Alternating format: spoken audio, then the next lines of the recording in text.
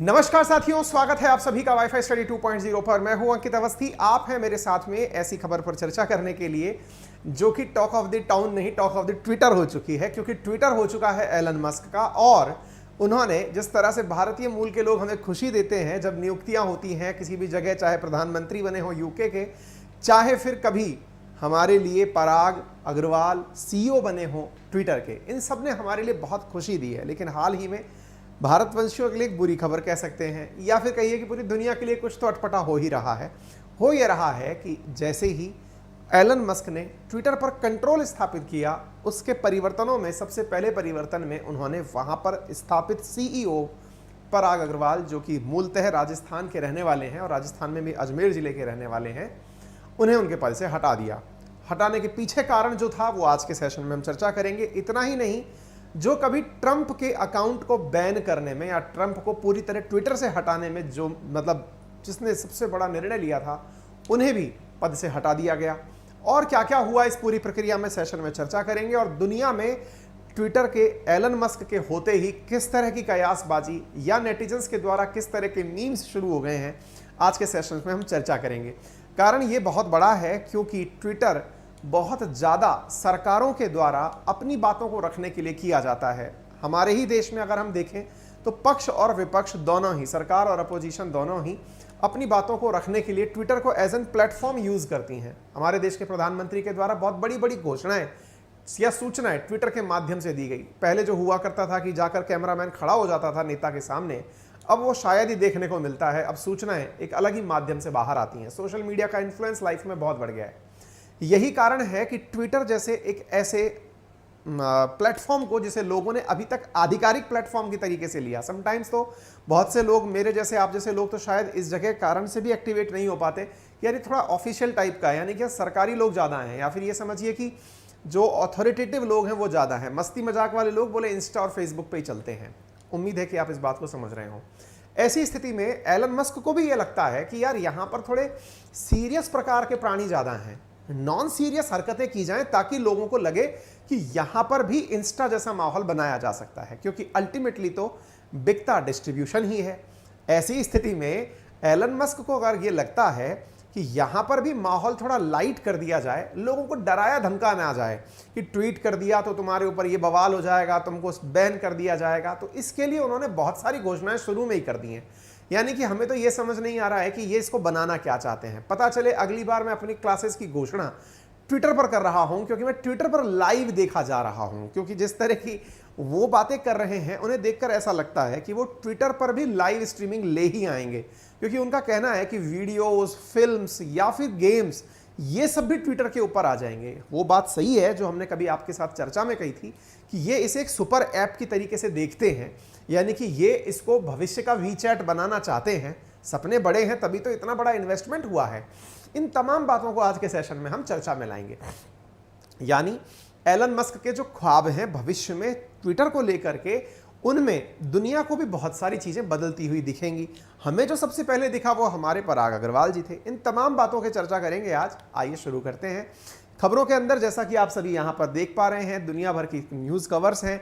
उनमें एक ट्वीट काफी वायरल हो रहा है, जिसमें उन्होंने लिखा है कि द बर्ड इज फ्रीड। असल में ट्विटर एक चिड़िया को कहा जाता है जो चहचहाती है, उस पक्षी को फ्री कर दिया गया है, ऐसा एलन मस्क कहते हैं। अब हमें समझ में नहीं आता कि ट्विटर को फ्री कर दिया गया है, इसका अर्थ क्या है। आपने पैसे इसको क्या दुनिया के सामने खोलने के लिए दिए थे या खुद के कब्जे में लेने के लिए दिए थे? आप सामने वाले की बात को अगर ढंग से पढ़े तो उन्हें ऐसा प्रतीत कराना है दुनिया को कि मैंने इसको खरीद के अपने अंडर में नहीं किया है, मैंने इसको आज़ाद किया है। आज़ाद किया है तो मालिकाना हक दुनिया में बांट दीजिए, चैरिटी कर दीजिए।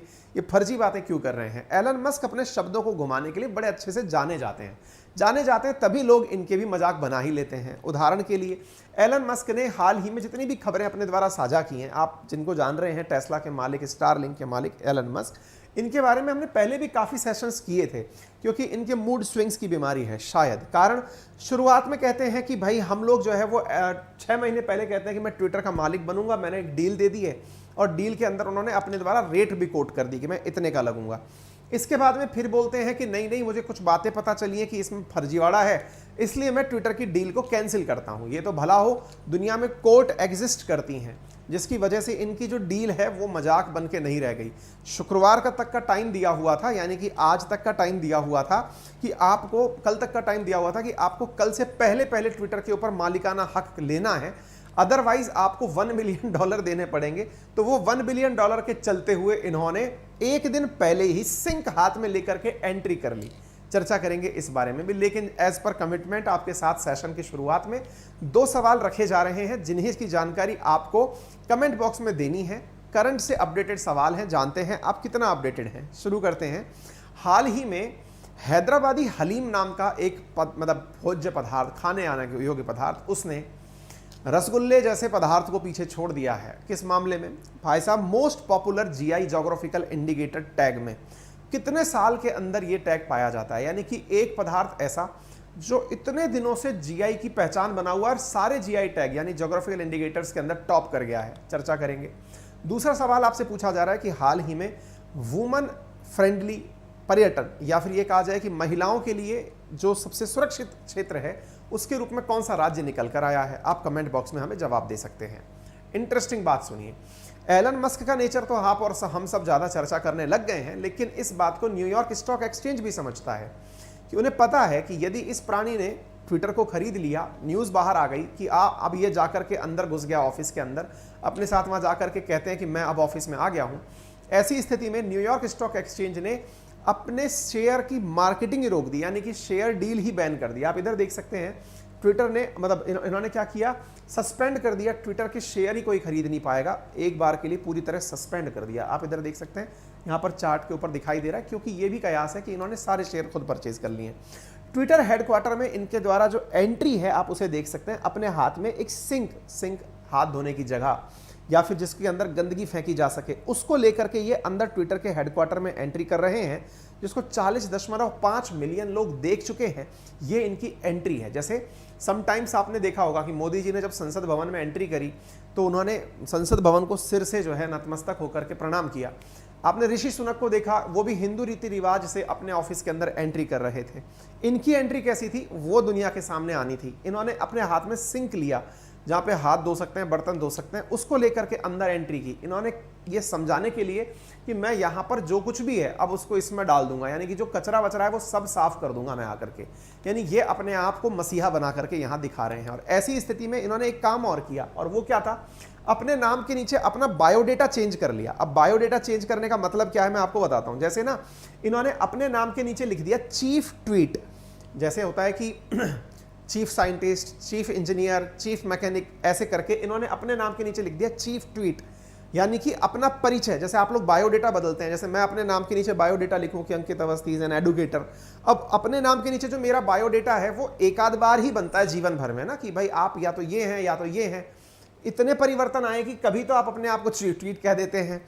लोगों ने फिर इनके मजे लेने शुरू कर दिए कि कभी अपने आप को ये चीफ ऑफ मीम्स भी समझ सकते हैं, क्योंकि खुद भी बहुत सारे मीम्स बना के बेचते हैं। कभी चीफ ऑफ ऑपरेशंस है, चीफ ऑफ मार्केटिंग है, कभी चीफ ऑफ डिजाइन है, कुछ ना कुछ ये बने रहते हैं।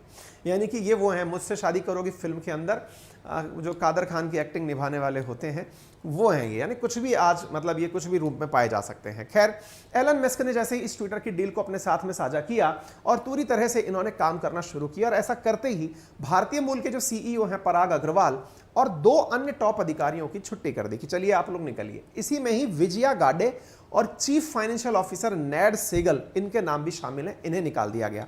वर्तमान में पराग अग्रवाल की चर्चा चूंकि हम सब जानते हैं इसलिए हो रही है, लेकिन विजया गाडे जो है ना, ये भी काफी ज्यादा चर्चा में है। इसके पीछे का कारण क्या है, जब ट्रंप का अकाउंट सस्पेंड हुआ था ना, तो वो विजया गाडे की एडवाइस पर ही हुआ था, और ट्रंप को उससे निकलना पड़ा और अपना नया एक वो बनाना पड़ा, प्लेटफॉर्म बनाना पड़ा, जैसे आप ट्रुथ के नाम से जानते हैं। खैर, हम पराग अग्रवाल के बारे में चर्चा करते हैं। ये हैं पराग अग्रवाल और ये हैं विजया गाडे, जिन्हें एलन मस्क ने आते ही निकाल दिया। अब आप कारण जानना चाहेंगे ऐसा क्यों किया। इसके पीछे एलन मस्क का मानना है कि इन्होंने इन्हें सही सब्सक्राइबर्स नहीं बताए। जैसे मान लीजिए कि आज आप जिस चैनल पर अभी हैं, आप यहाँ पर देखते हैं कि कुछ 56 लाख के आसपास, 57 लाख के आसपास, 55 लाख के आसपास यहाँ सब्सक्राइबर आपको दिखाई पड़ रहे हैं। ऐसे मैं मेरे चैनल पे देखता हूँ, वहाँ पर कुछ 9 लाख के आसपास सब्सक्राइबर्स दिखाई पड़ते हैं। अब यदि आपको ये पता चले कि ये सब्सक्राइबर्स तो परचेज किए हुए हैं, किसी और से लिए हुए हैं, इनके ओरिजिनल नहीं है, या कुछ फर्जी अकाउंट्स बनवा करके, जैसे मान लो कि मैं अपने ही लैपटॉप के अंदर 100 अकाउंट खोलूँ और उन सबसे मतलब 100 जीमेल अकाउंट बनाऊँ, मैंने 1000 एम्प्लॉय बिठाए। टेक्निकली सोचना ये कितना तरीके से होता है काम, ये होता है मार्केट में, इसके बारे में मैं कई बार से मैं खुद भी कह रहा हूँ। आपने अगर कभी नोटिस किया हो, एक सिंपल सा काम सोचिए कि मुझे अगर सब्सक्राइबर गेन करने का गलत तरीका अपनाना है, क्या कर सकता हूं मैं? ऐसे एप्लीकेशंस बना दूं जो बहुत सारी जीमेल आईडी खोल दे, धड़ाधड़ नाम बदलते चले जाए, जीमेल आईडी बनती चले जाए। अब बस ऑपरेशन में केवल इतना करना है कि उस जीमेल से सब्सक्राइब का बटन दबाया और वो सब्सक्राइब का बटन यूट्यूब पर चला गया। पर डे के हिसाब से अगर मैं 10 आदमी भी बिठाऊं और उनसे ये कह दूं कि तुम्हें 100 अकाउंट पर डे बनाने हैं और इस तरह से 1000 अकाउंट बनने लग जाएं, महीने भर के अंदर आप सब्सक्राइबर्स की लाइन लगा दोगे। अब सोचो, ट्विटर जैसा आदमी या प्रोग्राम जो है, उसके ऊपर आरोप है कि उसके यहां पर जो सब्सक्राइबर्स हैं वो फर्जी हैं। इन्होंने जो है ना, एलन मस्क ने इनसे यही बात बोली कि आप सही मायने में बताओ कि आपके पास कितने फॉलोअर्स कितने हैं, यानी कि ट्विटर को कितने लोग जानते हैं या मानते हैं। ये वो आंकड़ा नहीं दे पाए, इसी कारण से इनकी डील अटकी भी थी, बीच में जो अटकी थी ना, वो इसीलिए अटकी थी। लेकिन ये लोग जाकर के कह दिए कि अरे सब्सक्राइबर तो सब्सक्राइबर है, हमने क्या, कोई आदमी जन्म लेना थोड़ा जरूरी है? हो सकता है एक आदमी ने 10 अकाउंट से सब्सक्राइब कर रखा हो। इस कारण से इन दोनों की डील अटकी हुई थी। कोर्ट भी चली गई, कोर्ट में फ्राइडे का ही फैसला था, अभी एक दिन पहले का फैसला आना था, इसलिए इन्होंने उससे एक दिन पहले ज्वाइन कर लिया कि लो भाई मैं तो ले ही लेता हूं, पता चले कि तुम्हारी इस लड़ाई में मैं ओरिजिनल ग्राहकों को छोड़ दूं, है ना। ये सारी कहानी थी, ठीक है। तो आप यहां पर देख सकते हैं, Elon Musk has fired Vijaya Gadde. तो ये विजया गाडे के बारे में बता दूं, ये रही। ये कौन है? ये वो हैं जिन्होंने परमानेंटली डोनाल्ड ट्रंप का अकाउंट सस्पेंड करने का निर्णय लिया था। अब क्या होता है, ब्लूमबर्ग की रिपोर्ट के अनुसार अगर बात मानी जाए तो इस समय हर्जाने के रूप में इन दोनों को 823 करोड़ रुपए मिलने वाले हैं। पराग अग्रवाल को $50 मिलियन मिलेंगे, 412 करोड़ रुपए मिलेंगे। ऐसा होता है कि यदि आप किसी कंपनी के साथ काम कर रहे हैं, आपका एक एग्रीमेंट है, अगर आप उस एग्रीमेंट को तोड़ते हैं तो उसके एवज में आपको पैसा देना पड़ता है, और अगर आपने एग्रीमेंट के मतलब आपको निकाल दिया जाए तो कंपनी आपको पैसा देती है। ऐसा एग्रीमेंट कर लिया जाता है सामान्यतया। प्राइवेट कंपनीज इस तरह से अपने मतलब कर्मचारियों को रिटेन करने के लिए इस तरह के एग्रीमेंट्स करती हैं, और ये आप लोग आए दिन कहीं ना कहीं यूट्यूब के माध्यम से जानते भी रहते हैं, ठीक है। अब लेकिन जैसे ही ये चीज़ निकल कर बाहर आई कि लो भाई इतने बड़े पद पे बैठा था आदमी, उसको निकाल दिया, आप ये भी देखिए कि 412 करोड़ रुपए उनको हर्जाने के रूप में दिया जाएगा कि ये पकड़ो, आपको लेके जाना है। अच्छा, पराग अग्रवाल के बारे में मैं बता दूं तो मैंने ये बता दिया, जानकारी क्या है। 2011 में ये सॉफ्टवेयर इंजीनियर बनकर ट्विटर में शामिल हुए थे और 2017 में ये इनके चीफ टेक्निकल ऑफिसर बन गए थे। 2021 में प्रमोट करते हुए ट्विटर में इन्हें 2021 के अंदर सीईओ बना दिया गया था। राजस्थान के अजमेर के रहने वाले हैं, IITian हैं, और इन्होंने वहां जाकर के जो धूम मचाई वो दुनिया को पता है, और हमें बहुत गौरवान्वित भी किया। लेकिन हम में से बहुत सारे लोग इस बात का भी आनंद ले रहे हैं। कैसे? कुछ लोगों का कहना है गवर्नमेंट जॉब की तैयारी कर लो, क्योंकि प्राइवेट जॉब का तो कोई फायदा नहीं है, कोई जॉब से निकाल दे कोई पता नहीं है, कब निकाल दे कोई आइडिया नहीं है। भाई साहब, एक बहुत जबरदस्त मीम वायरल हो रखा है इसी चीज के ऊपर। आपको याद है कुछ दिनों पहले मैंने शायद मेरे ही चैनल पे कराया था, जिसमें मैंने चीन में पूर्ण तानाशाही आपको बताई थी। मैंने ये कहा था कि किस प्रकार से जो यहाँ पर चाइना के अंदर शी जिनपिंग की प्रेजेंस में हु जिनताओ को निकाल कर बाहर भेज दिया गया था, याद है? कुछ वैसा ही इस समय एक वीडियो वायरल हो रहा है। यहाँ पर एलन मस्क बैठे हुए हैं शी जिनपिंग की जगह पर, और यहाँ पर पराग अग्रवाल जो हैं उनको उठा करके बाहर निकाला जा रहा है, और पराग अग्रवाल को जब बाहर ले जा रहे हैं तो जिम्मेदार एलन मस्क ही हैं, जिसकी वजह से ये काम होने वाला है। तो ट्वीट करने वाले लोगों का ये मानना होगा कि ये मतलब गजब मीमबाजी चलती है। खैर एनीवे, कुछ लोगों ने मीम को आगे बढ़ाते हुए कह दिया कि अब ये अग्रवाल स्वीट एंड कैटरर्स पर वापस देखे जाएंगे। जोक्स अपार्ट, ये बहुत बड़ा पॉलिसी डिसीजन है, और ऐसी स्थिति में बहुत सी बातें सोचने की हैं। क्या सोचने की हैं? एलन मस्क ने हाल ही में ये मतलब लोगों का मानना है कि वो 75% ट्विटर के एम्प्लॉइज को फायर कर देंगे। क्या ये फायर करके ट्विटर के अंदर जो इस तरह का खुलापन है उसको खत्म करना चाहते हैं, या जो अथॉरिटी प्रकार से जो न्यूज़ वहाँ पर आती हैं, जो इसके बारे में ये माना जाता है कि यहाँ पर थोड़ा प्लेटफॉर्म ठीक प्रकार से है। हम में से भी बहुत सारे लोग, आप में से भी बहुत सारे लोग ऐसे हैं, जब सरकार से कोई बात मनवानी होती है तो उसका कैंपेन भी ट्विटर पर चलाते हैं, क्योंकि आपको लगता है सरकार ट्विटर पर ही है। तो ऐसी स्थिति में लोगों का मानना है कि क्या ये सरकार का जो मतलब सोर्स है वो खत्म करना चाहते हैं। ये तो खैर आने वाले समय पर देखने की बात होगी। ट्विटर के पास 7500 एम्प्लॉई हैं, 75% एम्प्लॉई के निकाल जाने की बात है, लेकिन इस बीच में एलन मस्क सभी कर्मचारियों से कल रात जाके मिले और कहा 75% को नहीं निकालूंगा तो सही, किस किस को निकालूंगा ये आने वाले समय पर देखा जाएगा। ट्विटर को लेकर इनका बयान है कि भाई मैंने पक्षी को आज़ाद कर दिया है, पैसा कमाने के लिए नहीं बल्कि इंसानियत की मदद के लिए यह पैसा खर्च किया है। इंसानियत की मदद, हमारे देश में बैठे हुए बहुत से बच्चे यही कहेंगे, भाई साहब यहीं पर आ जाते, 2-4 लोगों को रोजगार के लिए इनिशिएटिव कर देते ताकि बहुतों को रोजगार मिलता। खैर भाषणबाजी है ताकि लोग इनकी चर्चा करते रहें। कब कब क्या क्या हुआ, यदि आप तारीखों के साथ जानना चाहें, 2 अप्रैल को इन्होंने अपने जो शेयर थे, इनके पास 9.2% शेयर थे ट्विटर के, उससे निकल करके इन्होंने कहा कि भाई मैं ट्विटर के अंदर प्रति शेयर को 54.20 रुपए डॉलर के अंदर खरीद लूंगा, और इस तरह से इन्होंने 44 अरब डॉलर के अंदर ट्विटर की डील कर दी। लेकिन धीरे धीरे इन्हें रियलाइज हुआ कि भाई ट्विटर को खरीदने का काम तो कर लिया, लेकिन ट्विटर पर आरोप लगाया गया कि तुम्हारे यहां पर कुछ मैन्युपुलेटेड लोग हैं, यानी कि एक प्रकार से ऐसी चीजें हैं जो जानकारी तुम सही दे नहीं रहे हो। इस कारण से मस्क ने अपनी डील को होल्ड पर डाल दिया। इस कारण से ट्विटर जो है इस केस को लेकर अमेरिकी राज्य डेलावेयर के अंदर चला गया और कोर्ट के अंदर चर्चा होने लगी कि साहब इस केस को कैसे ना कैसे करके फाइनल करवाओ, और फाइनली अब ये इनका हो चुका है। ठीक है, क्योंकि कोर्ट की डेडलाइन थी और डेडलाइन की पालना में इन्होंने एक दिन पहले ही ट्विटर के ऊपर अपना मालिकाना हक बना लिया। अब जब मालिकाना हक बना लिया तो अब नई चर्चाएं शुरू हो रही हैं कि ठीक है नया क्या कर लोगे। मतलब ऐसा होता है ना, जैसे मान लो कि अचानक आज मैं ये कहूं किसी एक प्लेटफॉर्म को किसी एक व्यक्ति ने परचेज कर लिया, अब परचेज करने के बाद उसमें नयापन क्या ला सकते हो, इनकी संभावनाएं क्या हैं वो मैं बताता हूं। इनका मानना है कि ये इसको एवरीथिंग ऐप बना सकते हैं, और इसी कारण से इन्होंने इस शब्द को एक बार लिखा भी था, एक ट्वीट के अंदर साझा भी किया था, और हमने ये सेशन किया भी है, आप लोगों ने देखा भी होगा 3 वीक पहले। इनका ट्वीट को लेकर के बयान ये था कि मैं इसको एवरीथिंग ऐप यानी सुपर ऐप बना दूंगा। सुपर ऐप का मतलब जहां पर आप सब कुछ खरीद बेच पाओगे, टैक्सी बुक कर पाओगे, खाना मंगा पाओगे, मूवी देख पाओगे। अब कितना सच है कितना नहीं है वो तो देखा जाएगा। फिलहाल के लिए ट्विटर में 5 बड़े बदलाव के अंदर सुपर ऐप की कल्पना सबसे ऊपर चल रही है। दूसरी जो चीज यहां पर चल रही है वो है प्रीमियम सब्सक्रिप्शन की। प्रीमियम सब्सक्रिप्शन का मतलब अब जब इतना पैसा दिया है तो कमाओगे कैसे।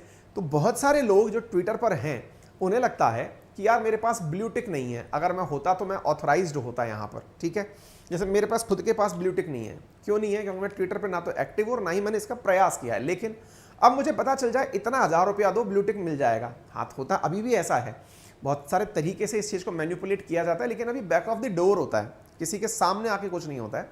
अब अगर कोई ये कह दे कि साहब ट्विटर के ऊपर, क्योंकि इसकी पूरी प्रोसेसिंग है, आपको पूरी तरह से कंपनी को इन्फ्लुएंस करना पड़ता है, अपने डेटा शेयर करने पड़ते हैं। अब इधर से आपने पैसा भेजा, ये मेरा आधार कार्ड है, ये मेरा पैन कार्ड है, ये पैसा पकड़ भाई मैं ही हूं, तो मुझे वेरीफाई करने में तुम्हें जा क्या आ रहा है। जब सरकार ने मुझे वेरीफाई कर रखा है कि मैं इस देश का नागरिक हूं, है, मेरा ये पासपोर्ट रहा, ये सब कुछ मेरे पास है, तुम इसको वेरीफाई करो, उसने ब्लू टिक दे दिया, आप ज्यादा ऑथराइज्ड हो गए।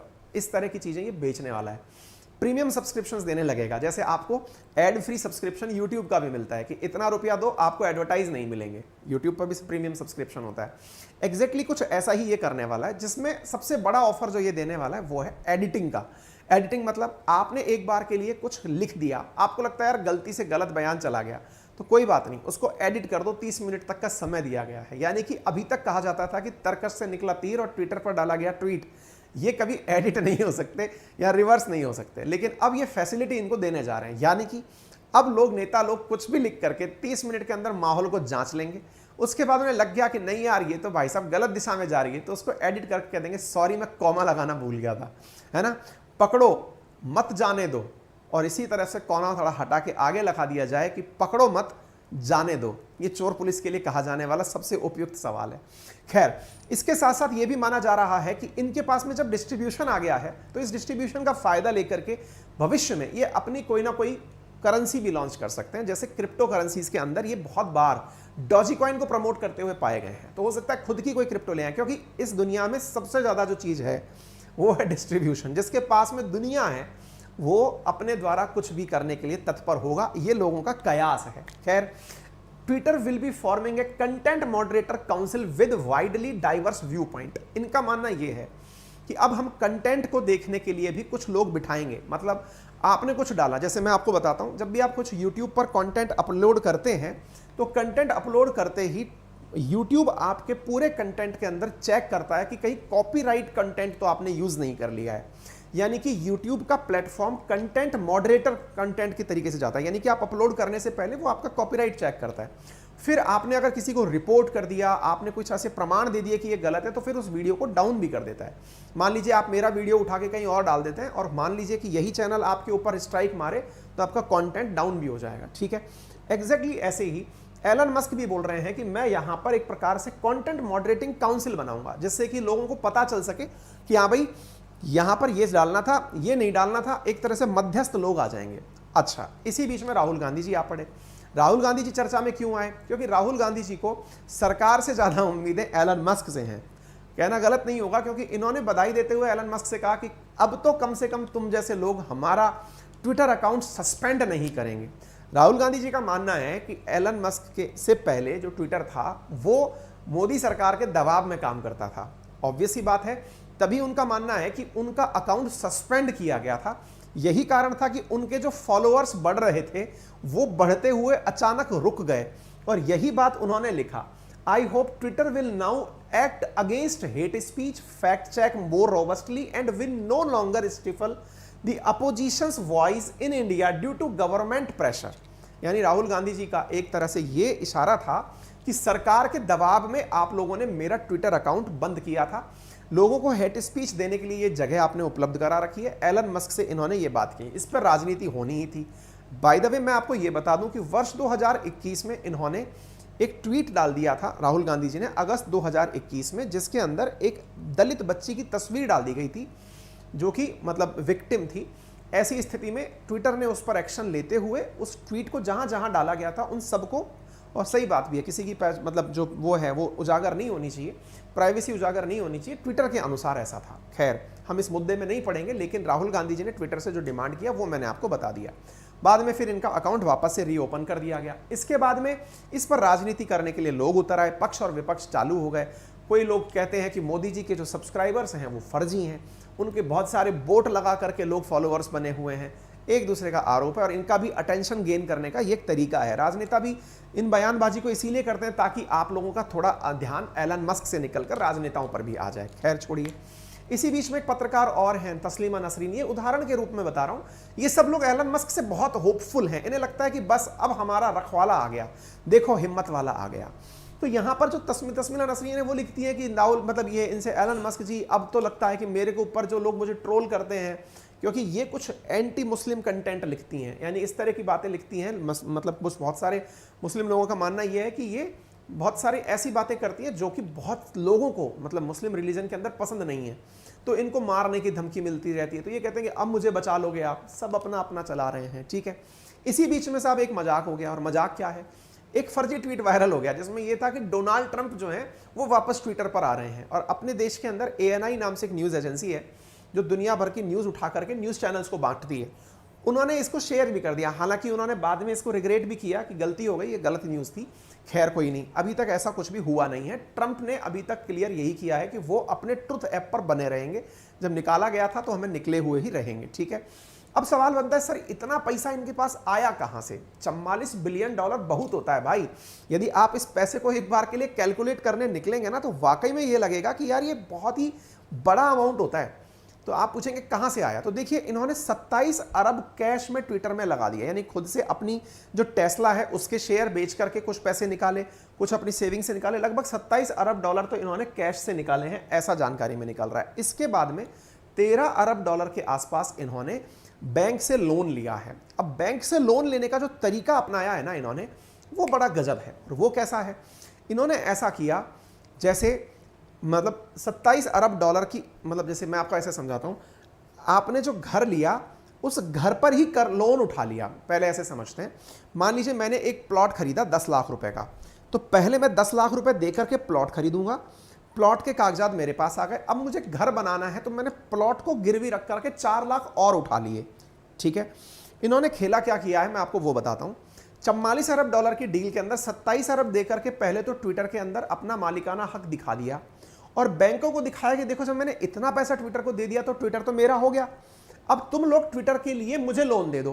तो ट्विटर के नाम पर लोन लिया है, यानी कल को मान लो ट्विटर बैंकरप्ट हो जाता है ना, तो उन $13 बिलियन जो इन्होंने मार्केट से उठाए वो ट्विटर की लायबिलिटी पर चले गए, एलन मस्क की लायबिलिटी पर नहीं गए। यानी एलन मस्क के ऊपर 1% की लायबिलिटी नहीं आई। क्यों? क्योंकि उन्होंने ब्रांड वर्सेस पैसा उठाया है। अब इस बात को आसान भाषा में ऐसे समझिए कि जितनी भी कंपनी हो, चाहे वो मतलब Morgan Stanley, Bank of America, Barclays, Societe Generale, BNP Paribas, Mitsubishi, ये सब लोग पैसा दिए तो हैं इनको, ये बड़ी लिस्ट है इनकी पैसा देने वालों की, है ना। लेकिन ये ट्विटर के अगेंस्ट पैसा दिए हैं। मतलब इसको आप ऐसे समझिए कि ये पैसा एलन मस्क को नहीं दिया गया है, कंपनी को दिया गया है।